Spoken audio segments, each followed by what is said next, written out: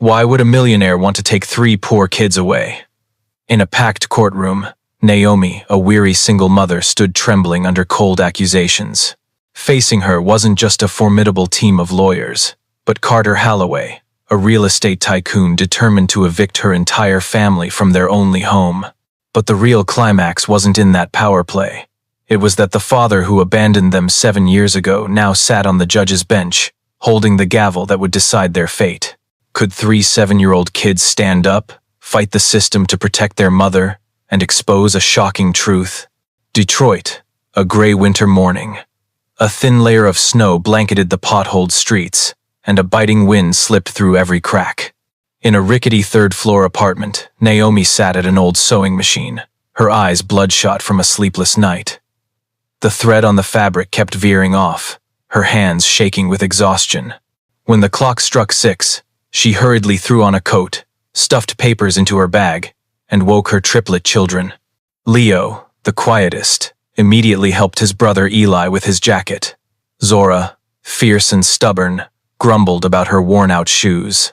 But when Naomi urged them to hurry, all 3 fell silent, accustomed to a rushed life with no spare moments. Naomi's job at the nursing home wasn't a dream. It was long night shifts scrubbing floors, changing sheets, helping elderly patients to the bathroom. But it paid the bills. Or it used to. That morning, as Naomi arrived at work, the manager called her into the office. His face was humorless, his voice flat. "We have to let you go. Your shifts are inconsistent, and you've been late too often. We need someone else." Naomi clutched her bag tightly. She wanted to protest, to explain the broken-down buses, the mornings she had to get her kids to school before her shift. But before she could speak, a contract and a cold pen were slid toward her. Naomi signed, each stroke tearing at her dignity. As she left the nursing home, the sun was rising, but its light brought no warmth. Heavy steps carried her back to the small apartment.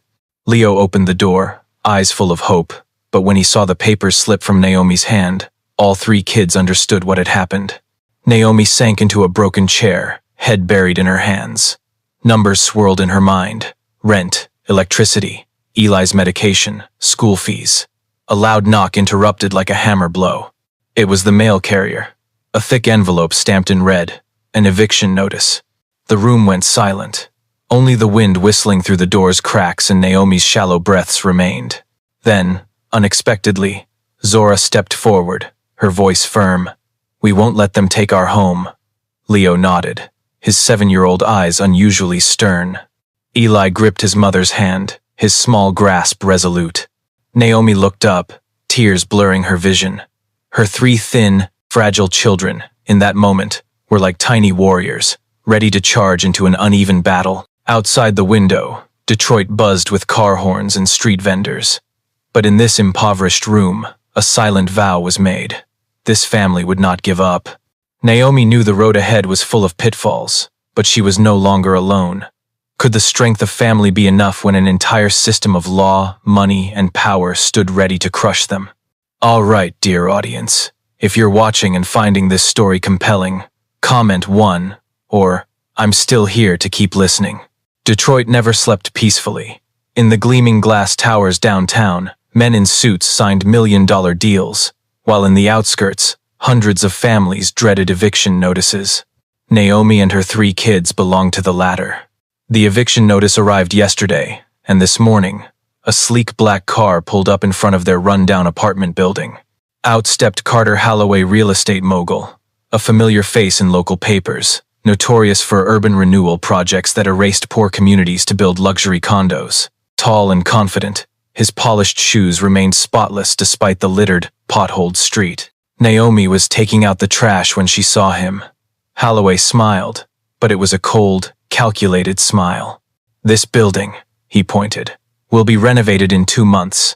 I suggest you move out soon to keep things smooth. The longer you cling on, the worse it'll be for your family." Naomi didn't respond, just gripped the trash bag tighter. Holloway didn't wait for an answer, turning back to his car, leaving behind the smell of exhaust mingled with the morning chill. Word of Holloway's visit spread quickly through the building. Neighbors whispered, "He doesn't just want this place. He's got connections with CPS. Once they're involved, No one keeps their kids, Naomi overheard, a chill running down her spine. That afternoon, CPS knocked. A young social worker, clipboard in hand, stepped inside to inspect. His eyes scanned the cramped apartment, the pile of unwashed clothes, Eli's medication on the table. Every detail was noted. Naomi tried to answer calmly, but inside, she felt a noose tightening by the minute. When the social worker left, Zora slammed her hand on the table. "He wants to tear us apart. I won't let him." Leo stood, resolute. "We need to prepare. If they take Mom to court, we'll have a say." Eli, the smallest and frailest, clutched his mother's hand. "We'll protect you, like you protect us." That night, the kitchen became a mock courtroom. Leo arranged chairs as a judge's bench, Zora played prosecutor, and Eli was the witness. They rehearsed defending their mother, recounting how Naomi gave up her meals, how her hands bled from sewing to provide for them. Naomi sat quietly in the corner, eyes misty. Her 7-year-olds, instead of dreaming of games or superheroes, were learning to fight a system. Outside the window, downtown lights cast a glow into the sky, bright but distant. Meanwhile, Carter Holloway's shadow, wealthy, powerful, praised by the media, loomed over their tiny apartment. Naomi knew this wasn't just a fight to keep their home, it was a fight to keep their family. And before we continue the main story, don't forget to subscribe and like the video.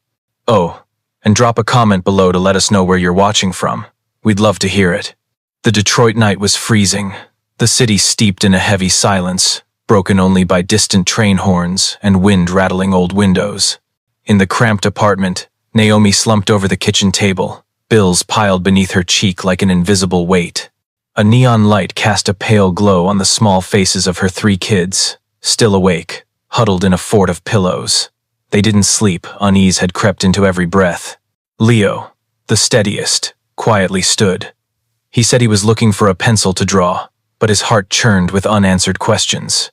He slipped into his mother's bedroom, eyes scanning her old vanity. Pulling open a drawer, it creaked, and in the corner, Leo spotted a yellowed envelope. The shaky handwriting read, "Naomi, forgive me." His heart pounded. He opened it carefully. Inside, scrawled lines appeared. "I can't be a father right now. My family would never accept it. I had to choose my career over the kids. I'm sorry." Before Leo could finish, a cold hand snatched the letter from him. Naomi stood there, face pale as if she'd seen a ghost. "Where did you get this?" Her voice was hoarse. "In the drawer, Mom," Leo stammered, eyes wide. "Mom, who wrote it? Is that our dad?" Naomi trembled. She didn't answer, just crumpled the letter and rushed to the metal trash can. A lighter flicked, flames erupting, burning the words to ash. The acrid smell of scorched paper filled the room. "It doesn't matter," she said, her voice hardening like steel. He never mattered. But Zora had heard enough. The stubborn girl crossed her arms, chin raised. "You're hiding something. That's our dad, isn't it?" Eli, the smallest, clung to his mother's arm, whispering, "Mom, is he coming back? Like in the movies? Will Dad show up at court?" Naomi sank into a chair, hands clutching her head. "Kids, stop asking. He left us. We don't need him. Everything we have is because of us, me and you. That's it." Her voice broke, half command, half plea. The room fell silent, but each child, in their own way, felt a seed of doubt take root. Leo stared at the trash can, where embers still smoked. In his mind, those shaky words couldn't be burned away. Zora clenched her teeth, eyes blazing. She wanted the truth, to tear open her mother's secrets. Eli, scared but curious, felt an empty space a father's absence never filled. The next day, the apartment felt even smaller, heavy with unspoken words. Naomi silently led her kids to the courthouse for the preliminary hearing. The hallway was packed. Lawyers, social workers, reporters, all jostling.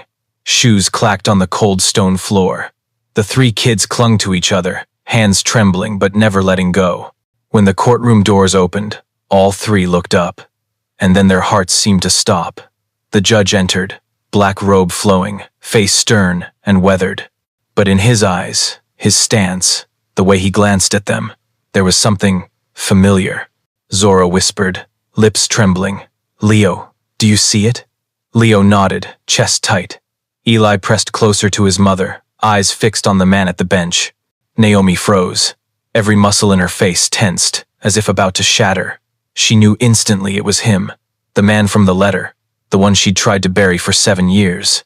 And now he sat there, gavel in hand, about to decide whether she could keep her children. In that moment, Naomi realized this fight wasn't just against Carter Holloway or CPS. It was a confrontation with her most painful past, a secret she'd sworn to take to her grave. The kids didn't know his name, but in just days, the city would reel. The honorable judge was their biological father. The courtroom was packed, the air thick as if ready to burst. Light from high windows paled every face, leaving only the judge's bench casting an authoritative shadow. Naomi sat on one side, hands gripping her skirt, eyes fixed on the cold stone floor. Across from her, Holloway's lawyer adjusted his tie, his voice ringing clear, each word a dagger aimed at her. "Your Honor, the defendant, Naomi Green, is unemployed. Her apartment is filthy, unsafe for children. She relies on welfare and cannot prove she can provide for 3 kids. Each word pushed Naomi closer to the wall. She tried to breathe, but the air felt heavy, stuck in her throat. Every time the lawyer paused, Holloway, sitting behind, gave a faint, smug smile, as if victory was already his. A social worker stood, confirming the apartment's poor condition, noting Naomi's late returns from work, leaving the kids alone too long. Every detail became evidence against her. Naomi trembled, eyes brimming with tears. In that moment, she felt she was losing everything. Then it was her turn to speak. Naomi stood, hands clutching the table's edge. Her voice shook, halting. I do everything I can. I work all night to feed my kids. They never lack love. I just need more time. Please give me a chance." The room fell silent, but it wasn't a sympathetic silence, it was skeptical. The opposing lawyer shot up, voice sharp. "Love doesn't pay rent. Love doesn't cure that boy's asthma. Love doesn't replace a safe home." Naomi collapsed into her seat, shoulders shaking. And then Zora couldn't take it anymore. She leapt from her chair, her high-pitched but resolute voice echoing through the room. "You're wrong. Mom's love has saved us more times than any money ever could." All eyes turned. A bailiff moved to quiet her, but Leo stood too, calm but firm. "Mom works all night. Some days, her hands bleed from sewing. But she still smiles, still reads us stories before bed. She's never abandoned us." Eli, pale from illness, stood shakily beside his siblings. "Mom stayed up nights when I had attacks. She carried me to the ER. Without her, I wouldn't be here today." Murmurs filled the room. Some wiped tears. Holloway's lawyer was speechless. Naomi looked at her children, tears spilling, torn between pain and pride. On the bench, Judge Wright, the man the kids didn't know was their father, furrowed his brow. His hand gripped the gavel tightly. A crack appeared in his cold eyes, a memory of a choice 7 years ago, when he abandoned this family for his career. Now, each word from the kids stabbed his heart. The courtroom's atmosphere shifted. What seemed a settled case became a story of a single mother and her brave children. The public's gaze on Naomi turned from pity to growing respect. Naomi sank into her chair, clutching her kids' hands. For the first time in days, a small spark of light pierced the darkness. Are you still here, dear audience? Take a moment to relax, maybe grab a glass of water, and keep listening to this gripping story. Comment 1 if you find it compelling, and don't forget to subscribe. The next morning, news of the trial swept Detroit. Local papers ran headlines. 3 kids stand up for mom in court. On TV, Zora's cry.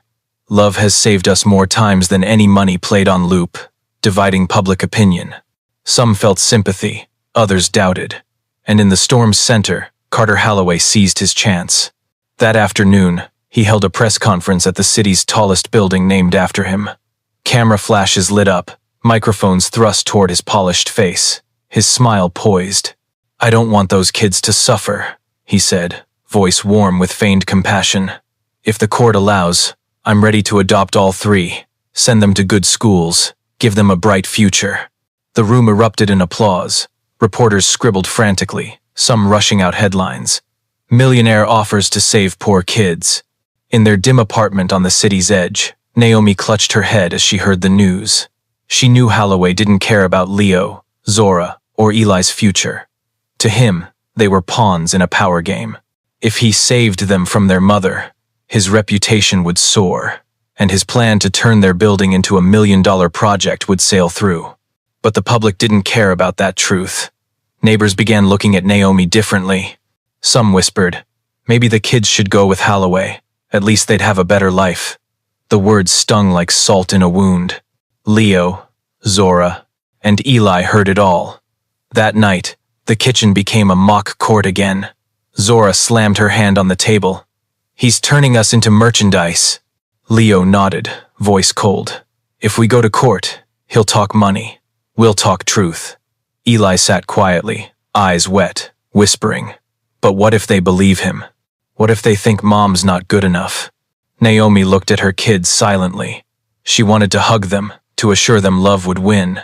But deep down, she knew the harsh truth. In a courtroom, love didn't always have a voice. At the next hearing, the media swarmed outside. Signs waved. Give the kids a better future. Humanitarian millionaire, give him a chance. A few supported Naomi, but their voices were drowned out by the cheering crowd. Inside, Holloway's lawyer presented a future plan for the kids. Private schools, personal doctors, college scholarships. Each crisp page passed before the judge like a perfect contract. The audience nodded, some tearing up at Holloway's generosity. Naomi listened, her heart heavy as stone. She glanced at Judge Wright, but his face remained unreadable. Only a fleeting look at the kids betrayed him, quickly suppressed. Zora gripped Leo's hand, whispering, "We have to speak." But Leo held her back, eyes dark. Not yet. Naomi trembled. In that moment, she knew it wasn't just Holloway pressing her. Her past, the burned letter, the secret she'd buried was lurking, waiting to be exposed. The city leaned toward the millionaire, and Naomi was on the verge of losing everything. But an unexpected twist in the courtroom would turn the tide, and the truth buried for 7 years would finally surface. The trial that day was heavy as a brewing storm. Reporters crowded the hallway, microphones aimed at every witness leaving. Inside, the air was thick, everyone sensing something monumental was coming. Naomi sat hunched, eyes red from sleepless nights. Beside her, the 3 kids tried to stay strong, their small hands gripping each other until they paled. Across the room, Carter Holloway sat upright, face radiant, like a politician about to claim victory. Holloway's lawyer stood, pulling out an envelope. His voice boomed. "Your Honor, to clarify matters, we've requested a DNA test to confirm the children's origins." The room erupted in gasps. Naomi froze, blood rushing to her face. She wanted to scream, to object, but her legs felt nailed to the floor. Zora spun toward her mother, eyes blazing. "Mom, what are they talking about?" Leo bowed his head, fists trembling, while Eli coughed, shaken by emotion. Before Naomi could speak, a court officer stepped in, placing a file before Judge Wright. He opened it, his eyes flickering briefly, but his face stayed cold. Naomi knew this moment was unavoidable. Tears welled, and she whispered to herself, "No, it can't be." But fate had arrived. The DNA results rang out in the courtroom. Judge Adrian Wright was the biological father of Leo, Zora, and Eli. For a moment, the world seemed to stop. Then murmurs exploded, reporters scrambling to jot it down. Holloway smirked wickedly. He knew this scandal would engulf everyone. Naomi bowed her head, humiliation crushing her. For years, she'd buried the past, and now it was torn open before the public, before her own children. Zora leapt up, voice choked but resounding. "Him? He's our dad?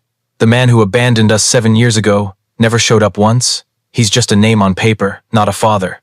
Leo stepped forward, eyes locked on the judge. "A father isn't someone who shares our blood.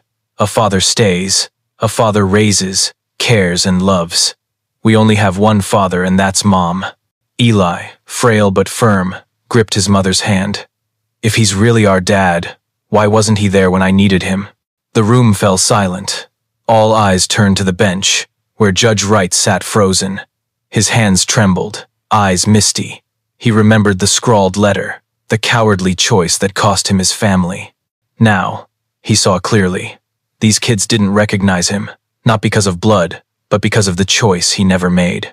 He covered his face, the gavel falling with a dry thud, his power, his dignity, shattered.